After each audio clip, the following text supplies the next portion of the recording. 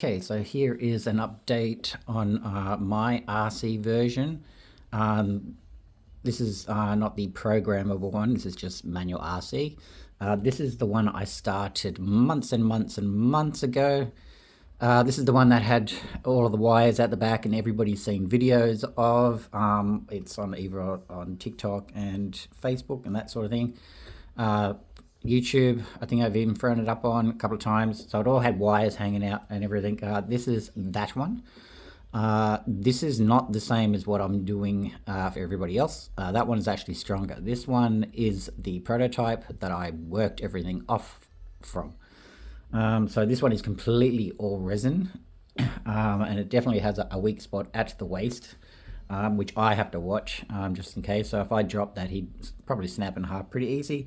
The versions I'm working on for everybody else has a straight filament waist, so it's very, very strong.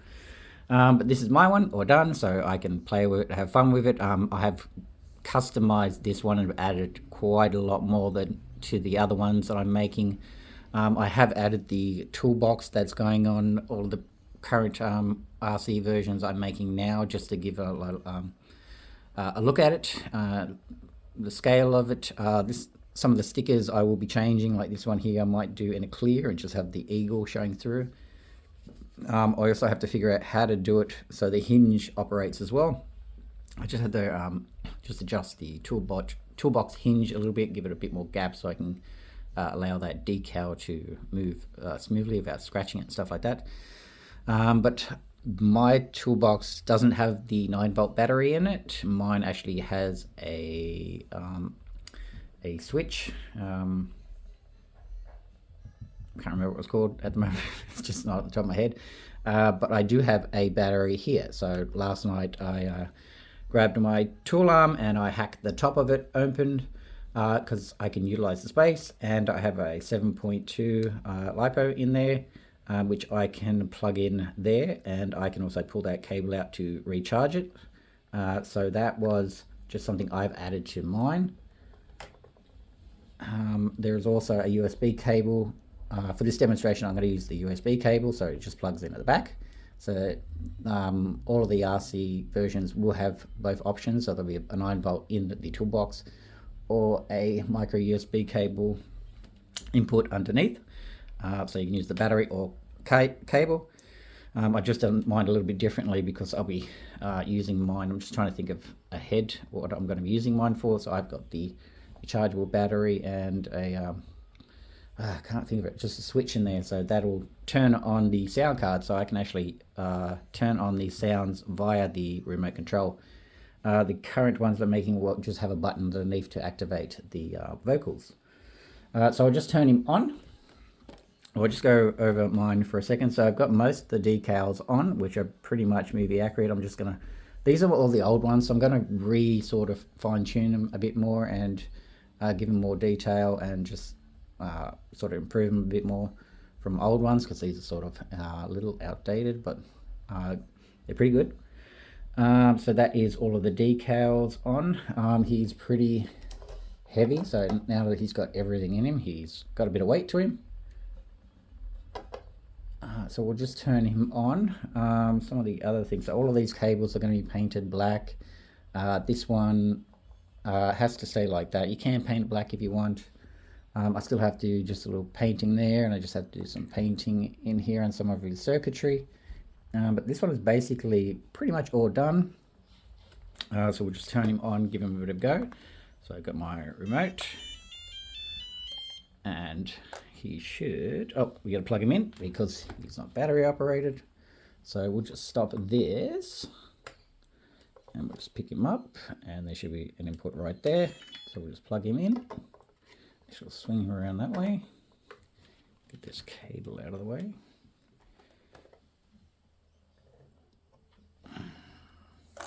So there we go. So my one does have the slower motors in it, so you can see how slow they are. I just added those ones because that was what I was comfortable with, especially because I was still practicing and stuff like that. Just wanted something a little bit slower than what the current models have in them.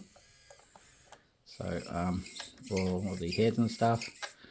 I do have to add a little bit of grease or oil to his head there, just because that one rubs right there. This is the prototype. So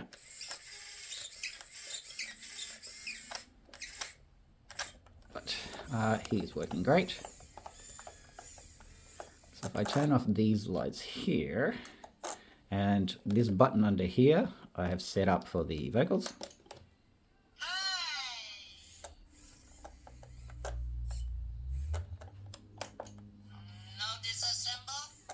But I've always got that clicking sound, which I'm not too happy with, but Nova Robotics, disassemble. Then disassemble number 5. Then communicate. Feed input. I have questions, queries, posers.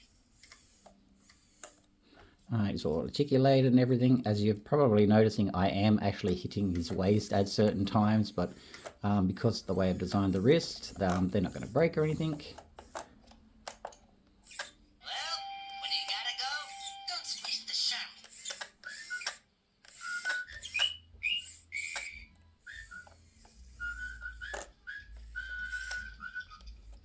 I'll try to get some actions going on with these vocals. So you can sit here for hours and just try to make up a couple of things. No help, Bozo. Hello, Nova. Hello, Bozo. Outside the doors is Sticky. Want some input? You did not tell me. Does everybody get treated this way? I like that. He's friendly, and he treats me with Aria. It does have the lip lights, so I will turn off that. So he does have the side lights there. You betcha. It's the all-new 35. Just look at these items. Increased memory, 500 megabytes online. I come with a utility pack. Dozens of gadgets for outdoor living. Lots of green tea stickers and even my own Nike swoosh. And if you act now, I'll throw in absolutely free my all-new multi-frequency remote control. Dubious. Hard to believe. See, my head just gets stuck just there for some reason because it's slightly tilted. It just needs to be right there. So I'll just heat that up with a heat gun and just move that neck block just to line that up. But on the newer versions, this is all solid. These are all these are all actual metal rods. These ones are just resin at the moment.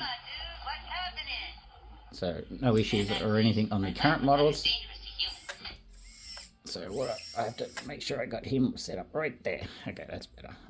All of the usual articulation in the eyebrows and stuff. Titanic Toys, where your dreams become reality. I think that's basically it. Yep. So that is my one at the moment. I'm working hard on the others, but basically this is the goal as far as looks. A lot of decals all over him. He has the little backpack with the little sort of painting on it. The white pinstriping all around the chest there.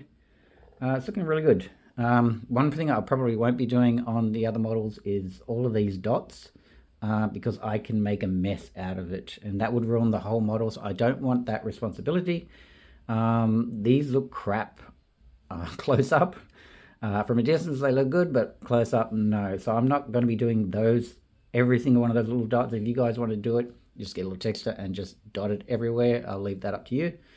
But as far as that is the model. So we can move it all where we want if we had to, manually, which is pretty cool because you can actually move some of the motors. The arms ones I wouldn't recommend. Also on my model, mine pivot here. On the other models, they now pivot up here, as you can see on my one. So they pivot at the forearm there. The other thing I can go through quickly while I have them is the short circuit 1 arms. I have had a couple of people ask about the short circuit 1 arms. I do have a set of robotic short circuit 1 arms. but I'm not happy with them because they move exactly the same as those ones. At the forearm, part 1 and part 2 arms are completely different. I want them to move differently. So this is going to be switched around, so it's going to pivot up here rather than, actually no, we're going to keep this one here because the other one is pivoting there, and we were going to pivot, this arm pivots here, and I'm going to move it back so it pivots there. So this arm will move differently and this arm will move differently on the short circuit model, part 1 model. So that way they're 2 individual models, as they should be, from part 1 and part 2. So as far as doing extra arms for the part 2 models, I won't be doing it because it's just not how it's done. There'll be a separate model at some point, I don't know when, because I haven't even designed it really yet, but right now focusing on just part 2 models. So here it all is, all sort of finished. Again, this is just my one. I will hopefully do a video tomorrow with my one with the other ones set up on a table in front of me, so you can actually get a proper size of these guys and how cool they look when they're moving, because I have the other one all set up to move as well, so I can move both at the same time and do a sort of demonstration of both of them moving. But there we go. Get one more vocal going so you can hear that ticking.